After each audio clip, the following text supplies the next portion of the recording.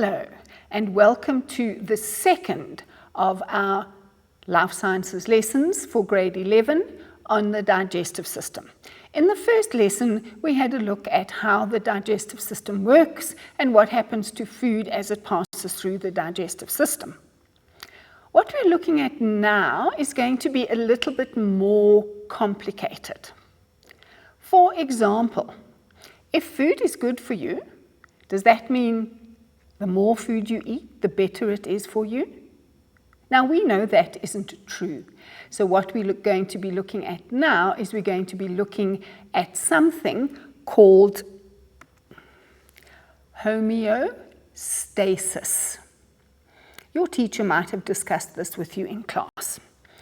Basically, what homeostasis is, it's your body trying to keep everything inside you stable and balanced. And that is because you need to have enough sugar in your blood, but not too much. Enough oxygen in your blood, but not too much.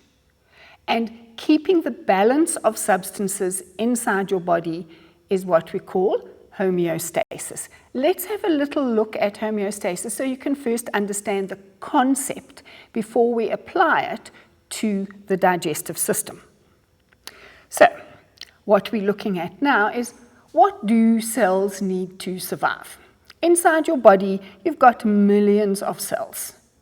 And these cells are safe inside your body and they're surrounded by tissue fluid, which you might have heard of before. Now, that is called the internal environment, the environment of the cells.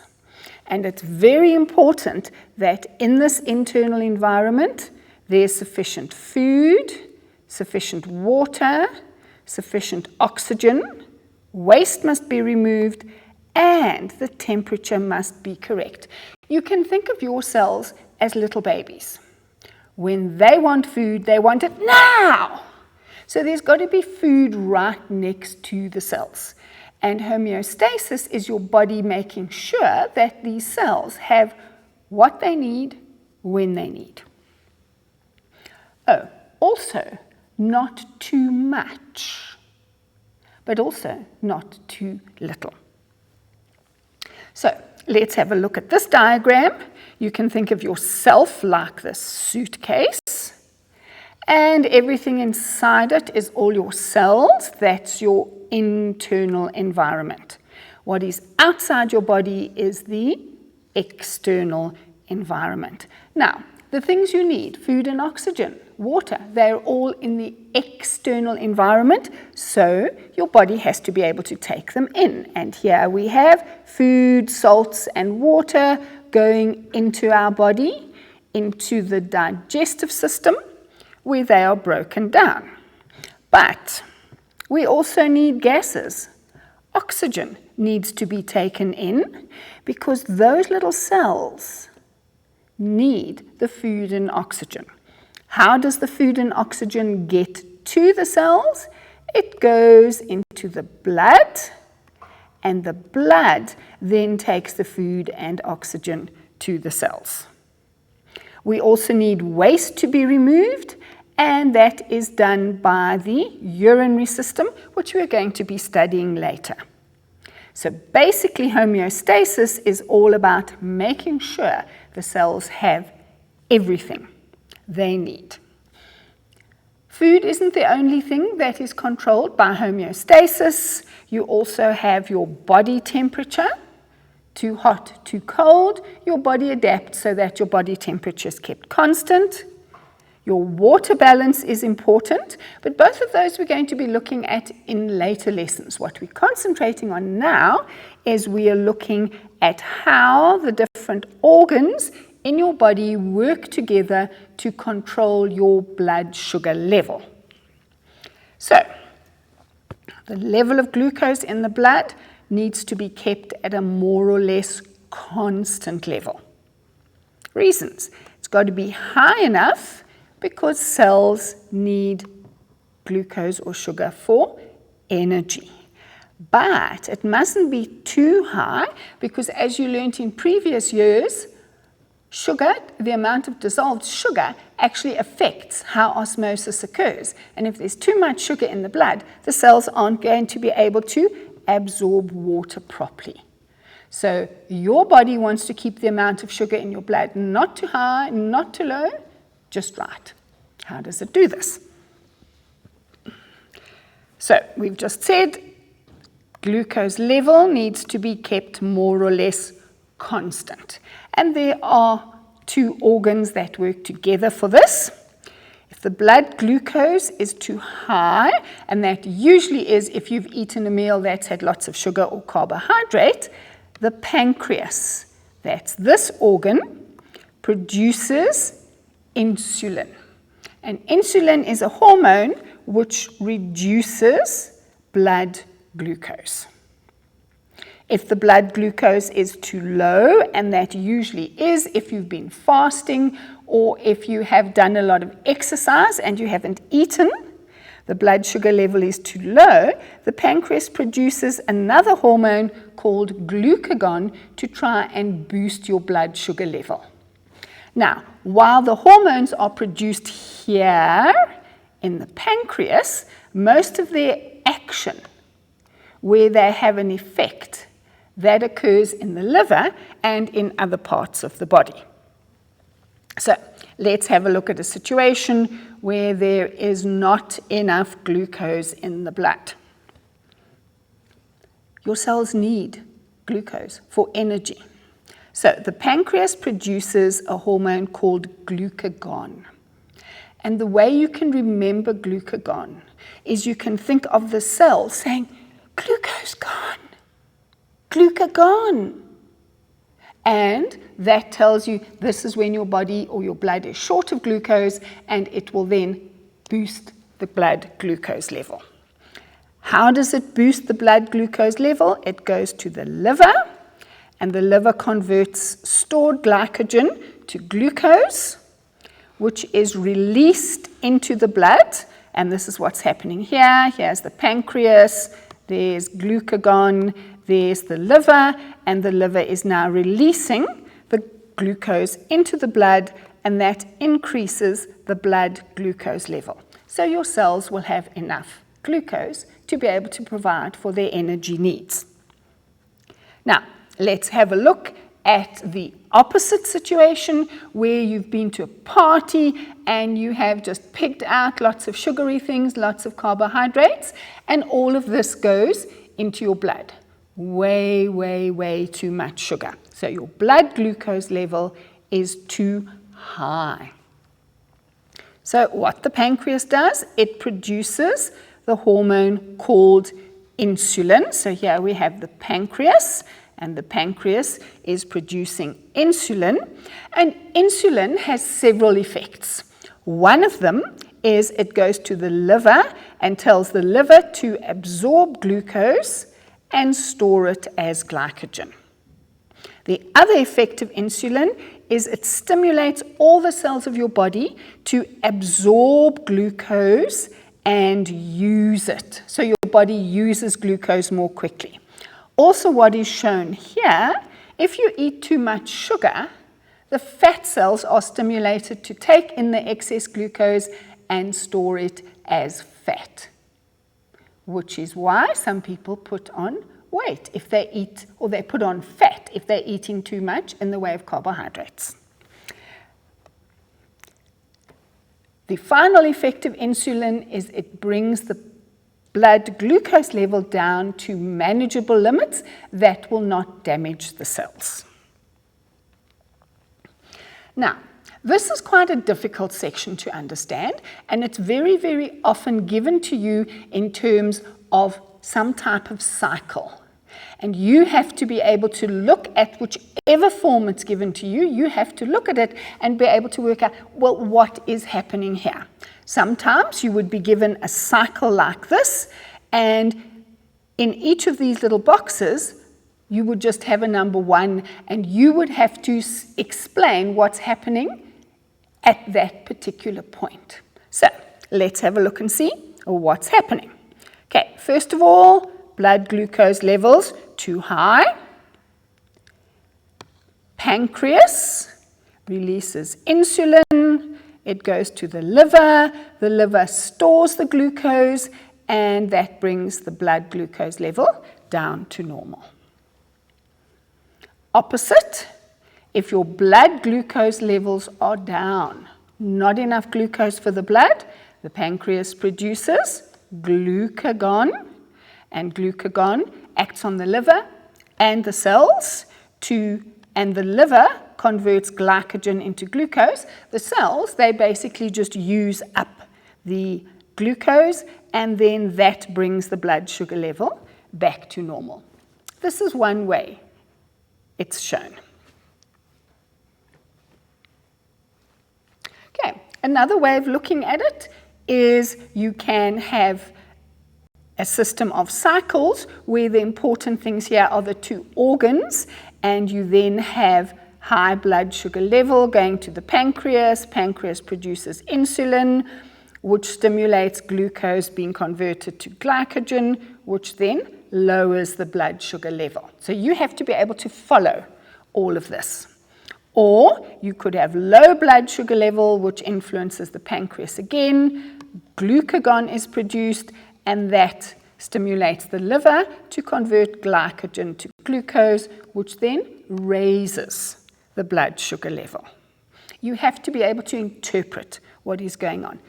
Can be presented in a slightly different way, where there are two cycles that intersect here in the center, where there is a normal blood glucose level, and everything at the top is what happens when the blood glucose level gets too high, and everything at the bottom is what happens when the blood glucose level gets too low. I think by now you need a bit of a break. So let's take a breather.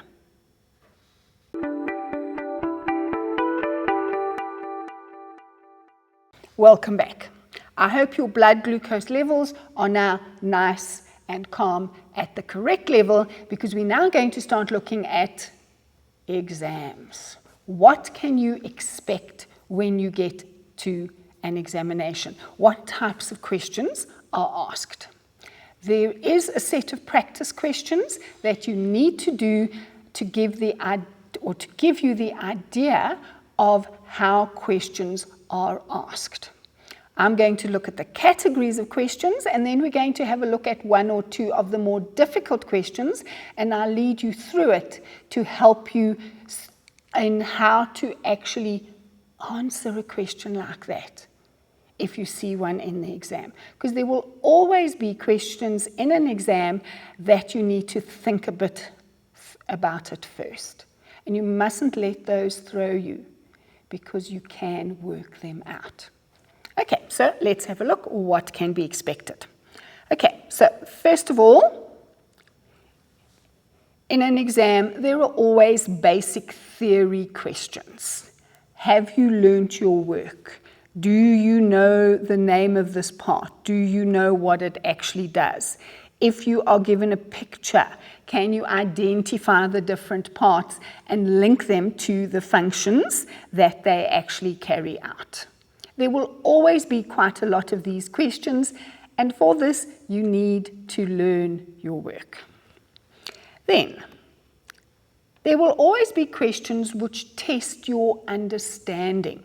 In other words, okay, you know the names of the different parts, but do you understand how they all work together?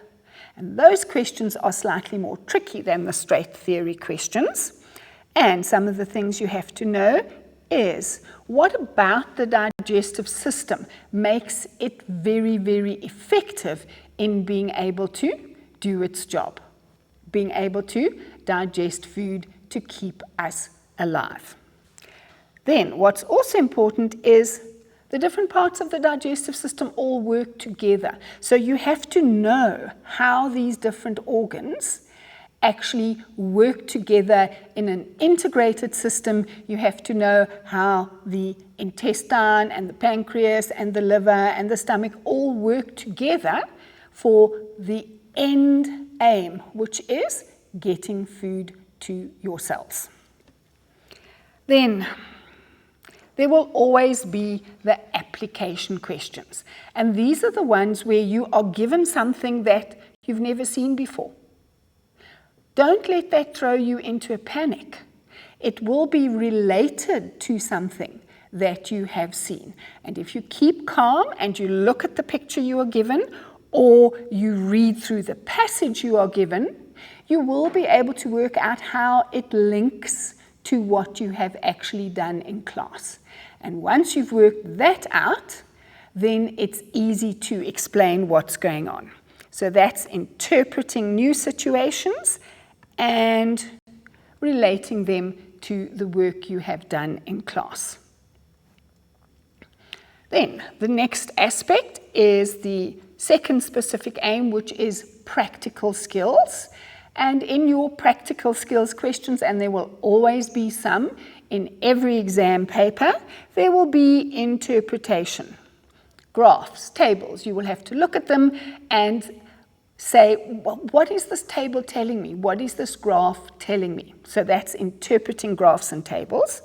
Then sometimes an experiment is described to you, and you've got to follow that description and think out, well, how is this actually working? Very often, you are then asked to predict the results. What do you think is going to happen in this experiment? Explain why you think it's going to happen in this experiment. Then the last one, and for many of you, I know this is difficult, you have to be able to analyze an experiment that is described to you. And by analyze, first of all, you have to be able to identify the variables, and you have to be able to say, okay, well, a hypothesis for this would be this, or the conclusion can be this. And then very often it's also linked back to, do you understand your theory, so that you can explain why these results are, or these are the results of the experiment. Then the last section is our third specific aim, which is looking at how life science links to real life. And here you might be asked questions about some of the diseases that you've heard about in class. There might be information on different diets, especially fad diets. People are only, let's say, eating grapes for a week at a time. How is this good or bad for your body? There will also be questions on healthy eating and then on lifestyle diseases. Because a sad fact of the world today is that a lot of problems that people have when they get older are their own fault, because they have not looked after their bodies, they've not done exercise, they have not eaten properly their whole life. And the wonderful thing about knowing about these lifestyle diseases is they are so easily avoided. Now, let's have a look at a couple of practice questions. And these are the more difficult questions, because I think that's where you need the help in actually being able to look at a question like this and work out what is required. So this is an experimental question where you are given the situation. A dietitian is studying the diets of pregnant women. Oh, we haven't done anything about the diets of pregnant women. This is an application question. It doesn't have to be something that you have learned, but because you've done the digestive system and because you've done what the different types of foods do, you will be able to work out the answer to the question. Okay, so it's pregnant and non-pregnant, and she monitors the diets of 5 women in each category. She calculates the average percentage of the major food types that make up their diet. So that is setting the scene. Now let's have a look at, well, what did she find? So if we first of all look, she looked at 4 different food types, and then, this has got nothing to do with how much food each of the women ate. It's the proportion of food that the pregnant and non-pregnant women have of each of the different food substances. So if you have a look, Fat is basically the same. Water. The pregnant women need to eat more food, so proportionately they are drinking less water. But here's the important thing. Carbohydrate, if we compare the two. Pregnant women are eating more carbohydrate and noticeably more protein. And the minute you see that, you have to link it to, the protein is being used to build new cells in the little baby. So let's have a look. Independent variable, and that is what they are changing, which is pregnant woman, non-pregnant woman. The dependent variable, and that is what is being measured, and that is the percentage of the food taken in of the different types of food substances, protein, carbohydrate, etc. Then, you should have heard of something called a control group. And a control group is a group which you can look at sort of like a normal group, or a group which is going to have the expected results, and it's used as a basis for comparison. And which group of women would be the ones that are being used as a basis for comparison? And that's obviously the non-pregnant woman. Then a possible hypothesis, you could say something about pregnant women eating more protein. Reason? They have a growing embryo inside them which needs protein to build new cells. Okay, then after a question or after questions on the basics of the experiment, there will always be something where, what is this actually telling you? How does the diet of the two different groups differ? And think of 2 reasons why this should be so. And the reasons, you would then go back to your theory and use what you've learnt to explain that. And then the last one, how could she improve the reliability of her results? She only looked at 5 women in each category. To make it more reliable, she should look at more people. Then the next one, and this is quite tricky because it's not something that you've seen before. It's what is called a model for the control of blood glucose. So when you get a picture like this, the first thing you have to do is you look at the diagram and you work out, well, what is actually happening? So let's have a look. First of all, the main source of glucose, and we know that's going to be from the food carbohydrates you eat. Okay, then there's some more glucose coming in, and that's from protein breakdown because unused amino acids are broken down to produce glucose. Then, if we have a look here, there's a reservoir tank. And a reservoir is a storage tank. And what is the storage organ that stores blood glucose? That is the liver. Then, what is E? That is the blood that goes out into the body and is then taken in by the cells, and it's used by the cells for cellular respiration, simply to keep them alive. Then, here's another one where over and above what's stored here in the reservoir, if there's way too much blood glucose, it's stored in long-term storage, and long-term storage is fat. If you have a look, there are some questions here, but in the explanation, we've looked at all the answers to the questions. Oh, the only one I want to mention is the last question goes back to theory, in which you have to look at the adaptations of the intestine, and that is your learning work. So this is a combination of understanding, interpretation, and learning. I hope this has helped you in your understanding of the digestive system. See you next time.